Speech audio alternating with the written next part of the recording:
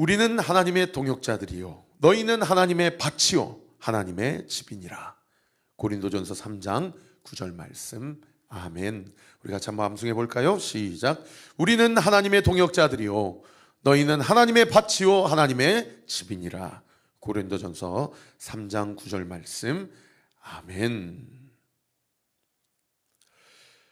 자, 오늘은 예레미야 28장을 살펴보게 됩니다. 예레미야 28장의 말씀은 오늘 본문 1절 말씀에 이 사건이 언제 발생된 사건이고 또 말씀하신 말씀인지를 기록하고 있는데요. 1절 말씀에 보시면 그의 곧 유다 왕 시드기야가 다스리기 시작한 지 4년 5째 달 되는 해다.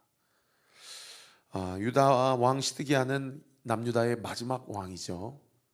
20대 왕, 마지막 왕이고 그가 11년 동안 통치했는데 그의 재위 기간이 BC 597년부터 586년입니다. 그러니까 BC 586년에 느부갓네살 왕에 의해서 이 시드기야가 두 눈이 뽑히게 되고 이 바벨론으로 끌려가게 되고 그리고 남유다 예루살렘이 완전히 멸망한 그런 해 아닙니까?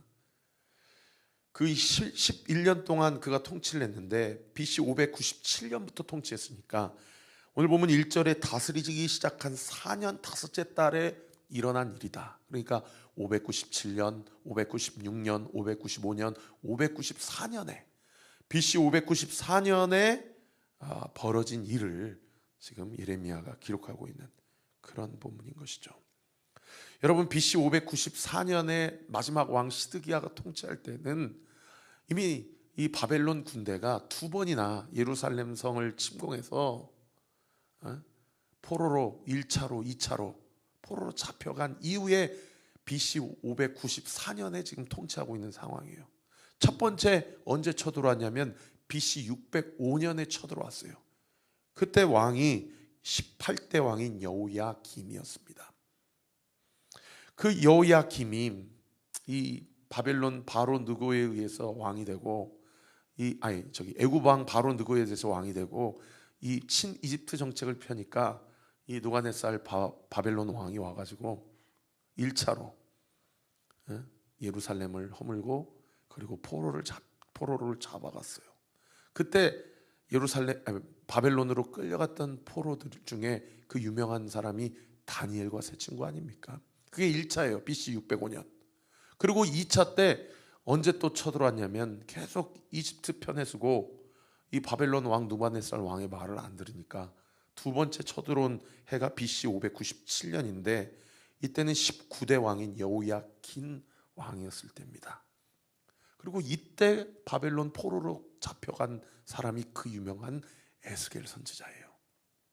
그러니까 벌써 이미 두 번에 의해서 이 친애굽 정책을 펴고 있는 여호야긴 이 왕들을 다 폐위시켜버리고 이 20대 마지막 왕인 시드기야 왕을 바벨론 왕 느부갓네살이 왕을 옹립을 하고 내 말 잘 들어 하고 간지 4년이 지난 때라 이 말입니다.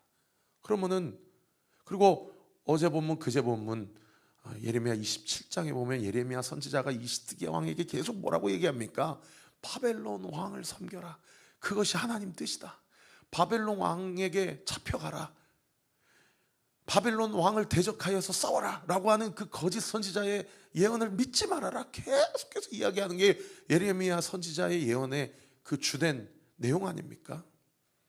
그런데 여러분, 이 시드기야 왕이 다스린 지 4년 때에 기브온 아술의 아들인 선지자 하나냐가 등장을 해요. 이 기브온 아술은 누구냐? 그 밑에 도움말에 보시면 기브온 출신의 아술이라는 사람의 이 아들이 하나냐라는 건데 이 기브온 출신이라는 얘기는 무슨 얘기냐? 이 기브온은 베냐민 성읍으로 레위인의 거주지였다. 그러니까 이 기브온 아술이라는 사람은 레위 지파 사람이에요. 이 제사장 출신이에요. 구별된 사람이에요. 그러니까 이 하나냐도 이 구별된 자고 심지어 선지자라고 기록을 하고 있어요. 이 하나냐라는 사람, 이 하나냐의 이름의 뜻이 여호와는 자비로우시다, 여호와는 은혜로우시다 라는 뜻이거든요. 그러니까 이름만 봐도 얼마나 그 집안이 경건한 집안인지를 알 수 있는 그런 이름 아닙니까? 그런데 정신 못 차리고 이 거짓 선지자 하나냐가 이 시드기야 왕이 다스린 지 4년 때에 이 수도인 예루살렘 그 성 안에 성전에 와가지고 뭐라고 이야기하는 거 아니? 2절 말씀해 보세요. 만군의 여호와 이스라엘의 하나님이 이같이 나에게 말씀하시기를 내가 하나님께서 바벨론 왕의 멍에를 꺾었다. 3절 보세요. 내가 바벨론 왕 느부갓네살이 이곳에서 빼앗아 바벨론으로 옮겨간 여호와의 성전의 모든 기구들, 1차 때 가져간 성전의 기물, 2차 때 가져간 성전의 기물들을 다 그 다음 구절 보세요. 2년 안에 다시 이곳으로 돌려오게 할 것이다. BC 594년이니까 593년, 592년 안에 내가 바벨론 왕 느부갓네살을 치고 그들이 빼앗아간 나의 성물들을 내가 예루살렘 성전으로 다시 반환하게 할 것이니 걱정 말아라. 이런 희망적인 예언을 지금 이 거짓 예언을 한 거예요. 그리고 또 4절에 보세요. 내가 또 유다의 왕 여호야김의 아들, 여호야김은 18대 왕, 1차 포로 BC 605년이라고 얘기했죠. 그의 아들 누구예요? 여고니야. 여고니야가 바로 19대 왕 여호야킨 왕의 다른 이름입니다. 그러니까 2차 포로 BC 597년에 잡혀갔던 4년 전에 잡혀갔던 이 19대 왕과 그 다음 구절 보세요. 바벨론으로 간 유다의 모든 포로들, 아까 제가 말씀드린 다니엘, 사드락과 메삭과 아벳느고 또 에스겔, 이런 모든 포로들을 그 다음 구절 보세요. 다시 이곳으로 돌아오게 하리니 이는 내가 바벨론 왕의 멍에를 꺾을 것임이라 여호와의 말씀이니라. 이렇게 2년 안에 1차, 2차 그때 다 빼앗아간 약탈해간 여호와의 기물들 2년 안에 돌아온다. 그리고 1차로 2차로 끌려갔던 그 모든 포로들 다 귀환한다. 이런 거짓 예언을 한 거예요. 근데 이때만 해도 이 예레미야 입장에서는 그 하나냐 선지자 예언을 지금 다 듣고 있는데 이게 거짓인지 참인지 이게 분별이 안 되는 거예요. 왜냐하면 본인도 하나님 앞에 저 하나냐가 말한 건 거짓이다라고 들은 적이 없으니까. 5절 말씀에 선지자가 뭐라고 얘기합니까? 선지자 예레미야가 어떻게 얘기합니까? 5절 보세요. 선지자 예레미야가 여호와의 성전에 서 있는 제사장들과 모든 백성들이 보는 앞에서 선지자 하나냐에게 말하니라. 자기가 그동안에는 바벨론 왕 느부갓네살에게 잡혀가라, 항복해라, 이것이 하나님의 뜻이다 라고 이렇게 예언을 했는데 완전히 상반된 예언을 하나냐에게 이야기하니까 당황을 해서 이 예레미야가 하나님에게 뭐라고 얘기하는 거 아니? 6절에 이렇게 얘기합니다. 선지자 예레미야가 말하니라. 아멘. 여호와는 이같이 하옵소서. 여호와께서 네가 예언한 말대로 이루사 성전의 여호와의 성전 기구와 모든 포로를 바벨론에서 이곳으로 돌려오시기를 원하노라. 아멘. 지금 자기도 이게 참인지 거짓인지 분별이 안 되니까 야 하나냐야, 나도 하나님께서 우리 민족을 그렇게 해주셨으면 좋겠다.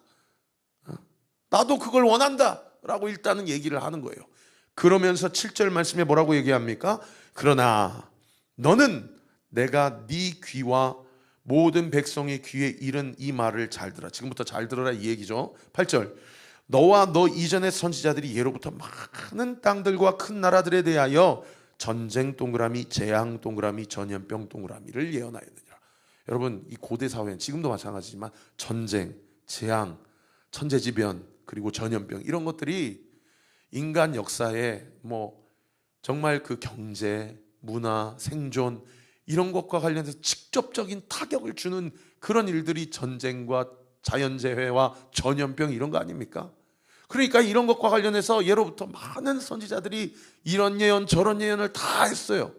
그런데 그 예언이 참 예언인지 거짓 예언인지를 어떻게 분별하냐? 그 다음 9절 말씀해 보세요. 평화를 예언하는 선지자는, 지금 하나냐를 가리켜서 예언하는 거죠. 평화와 복된 소식을 전하는 것 같은 그 예언한 선지자의 말은, 그 다음 9절 보세요. 그 예언자의 말이 응한 후에야 그가 진실로 여호와께서 보내신 선지자로 인정받게 되리라.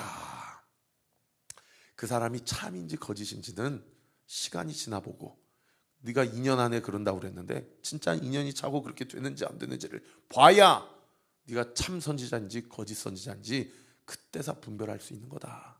너 지금 거들먹거리지 말고 정말 네가 한 말이 참이면 이스라엘 백성들이여 시드기야 왕이시여, 지금 호들갑 떨 필요 없고 하나님은 나에게 그런 말씀하신 적 없습니다.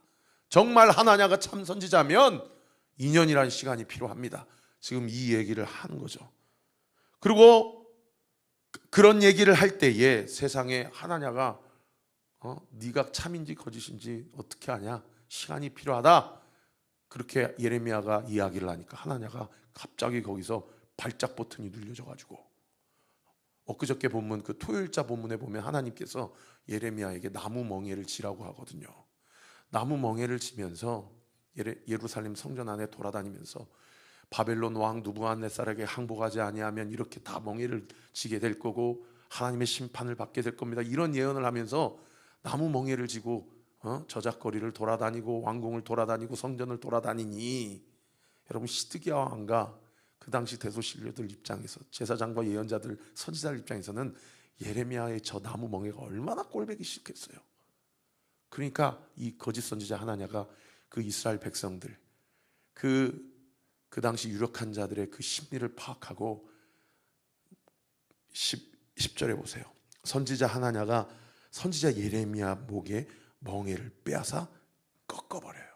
물리적으로 아예 그냥 그 나무, 하나님이 매라고 하신 그 선지자적 예언자적 행동을 지가 뭐라고 나무 멍에를 빼앗아서 박살을 내버린 겁니다.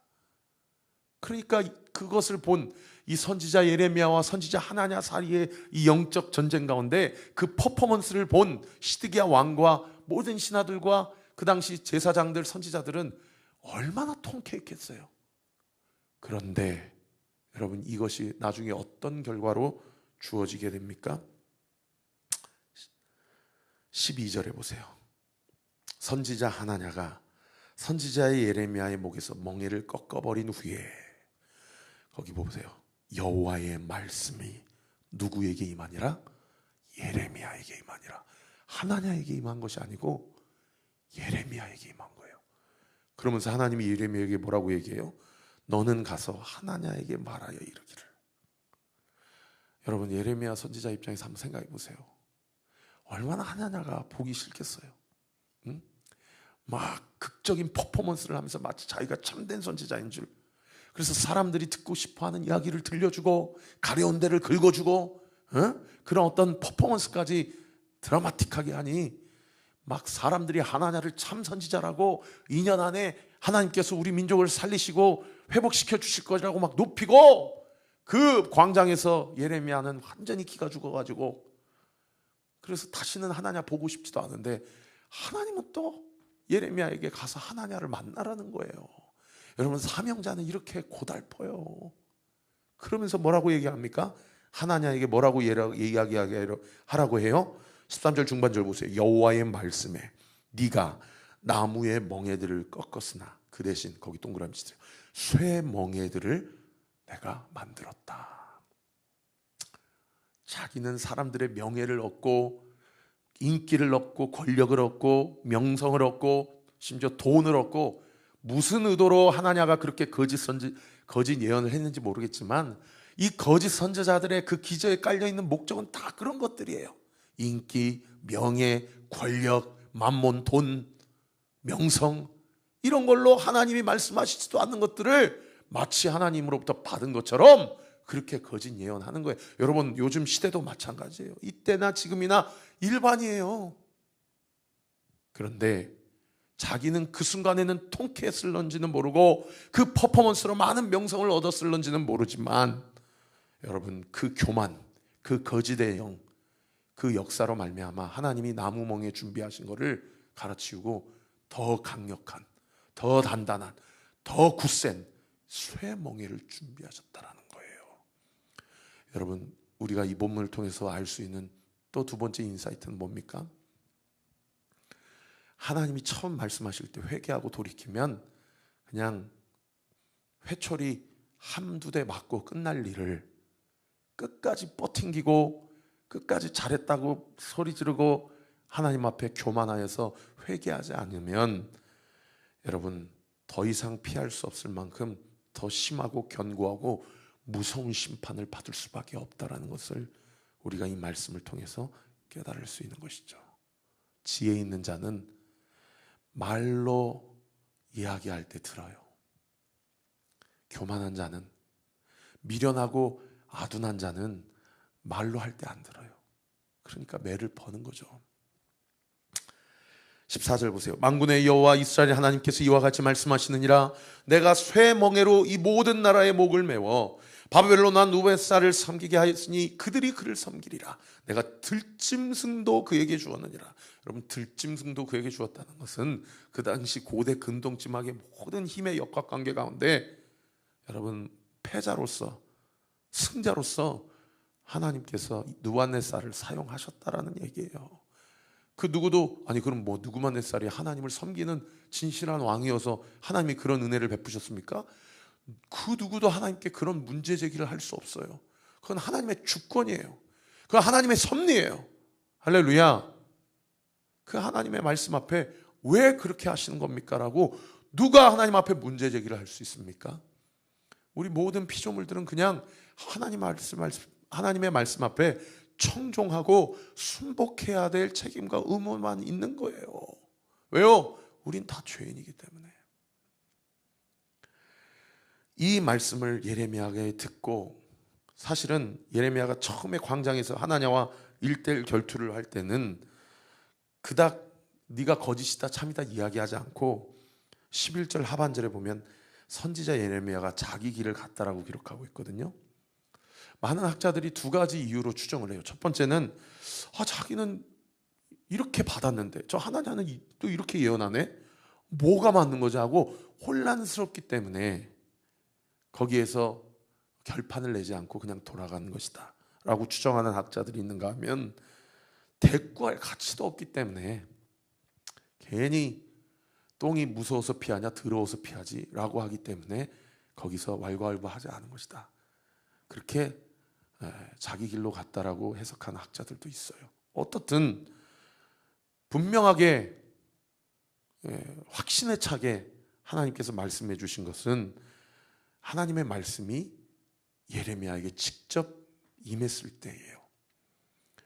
그래서 이 예레미야는 이 확신을 가지고 다시 그 만나기 싫은 하나냐를 찾아가죠. 15절에 보세요. 선지자 예레미야가 선지자 하나냐에게 이르되 찾아갔어요. 여러분, 고달표도 사명자에게 해야 될 책임과 의무는 순종이에요. 할렐루야. 찾아가서 그대로 얘기합니다. 15절 보세요. 하나냐여 들으라.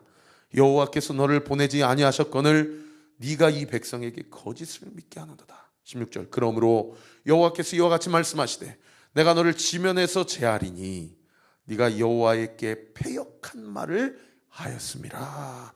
여기 패역한 말 동그라미, 다른 번역 성경에 하나님께 반역하는 말을 하였다. 또 다른 성경에는 하나님을 거역하는 말을 하였다. 여러분, 바울 되기 전에 사울이 예수님 믿는 자들을 박해했을 때 예수님이 다메섹에서 사울에게 뭐라고 얘기합니까? 왜 나를 박해하느냐 이렇게 얘기하시잖아요. 사울은 하나님을 위해서 한 일이에요. 그런데 하나님이 왜 나를 박해하느냐 얘기해요. 하나님을 믿는 자들을 박해하는 것이 곧 나를 박해하는 것이다 이야기하는 거예요. 같은 맥락이에요. 하나냐는 백성들에게 이야기했어요. 백성들에게 말했지 하나님께 이야기한 게 아니에요. 그런데 그 말이 하나님은 뭐라고 평가하세요? 나에게 패역한 말을 한 것이다. 나를 반역하고 거역하는 말을 한 것이다.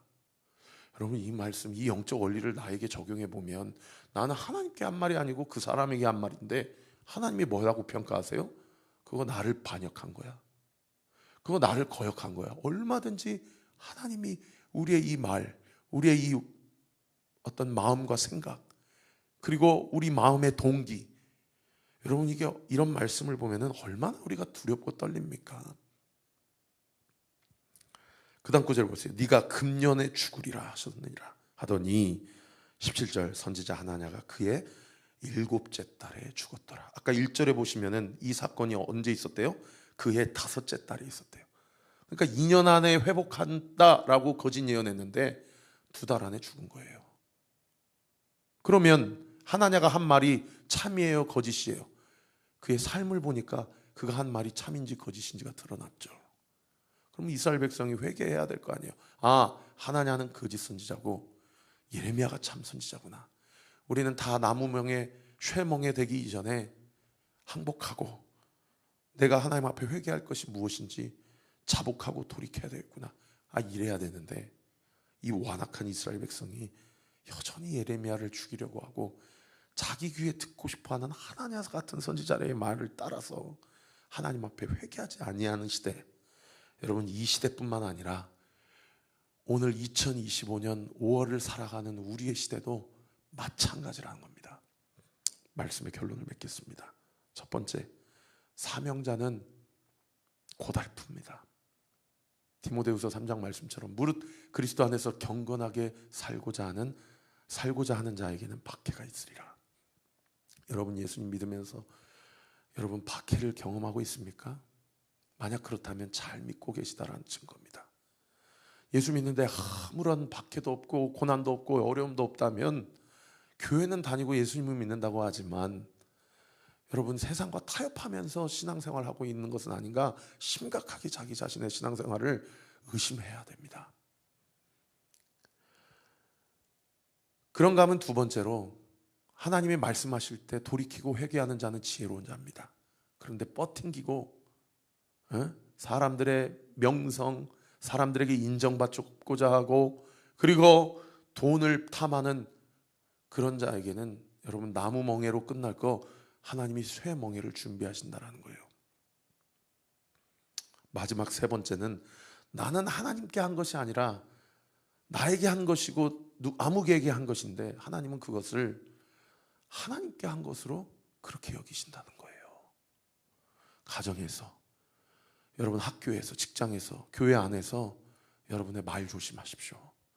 여러분의 마음과 여러분의 태도를, 자세를 철저히 낮추십시오. 그리고 하나님의 내가 듣고 싶어하는 말이 아니라 듣기 싫은 말이라도 우리 온리교회 말씀 강단이 각 등대지기의 나눔이 하나님 보시기에 철저히 나중심적인 말씀, 나중심적인 교제가 아니라 하나님 중심적인 말씀 선포, 하나님이 기뻐하시는 교제와 나눔이 있는 우리의 가정과 교회가 되기를 위해 우리가 함께 기도했으면 좋겠습니다. 기도하겠습니다. 아버지 하나님, 감사합니다. 오늘 주신 이 영적인 교훈을 저부터서 우리 모든 온리교회 성도들이 다 나의 이야기로, 하나님이 나에게 하신 말씀으로 인정하고 믿게 해주세요. 그리고 내 죄를 보게 해주세요. 아버지 하나님, 내가 듣고 싶어하는 말이나 상대방이 듣고 싶어하는 말만 내가 하고 있지는 않은지, 믿고 있는 것은 아닌지 우리 신앙생활을 돌아보게 해주세요. 그리고 나를 무시하거나 나를 박해하는 자들에 대해서 내 신앙생활에 그것을 어떻게 여기는지, 내가 신앙생활하면서 그냥 아무런 박해도 없고 아무런 어려움도 없고 그렇게 나도 마치 냄비에서 끓는 물에 데펴지는 개구리 마냥 그렇게 세속화되고 있는 것은 아닌가? 나의 믿음과 신앙을 날마다 점검하고 의심하게 해주세요.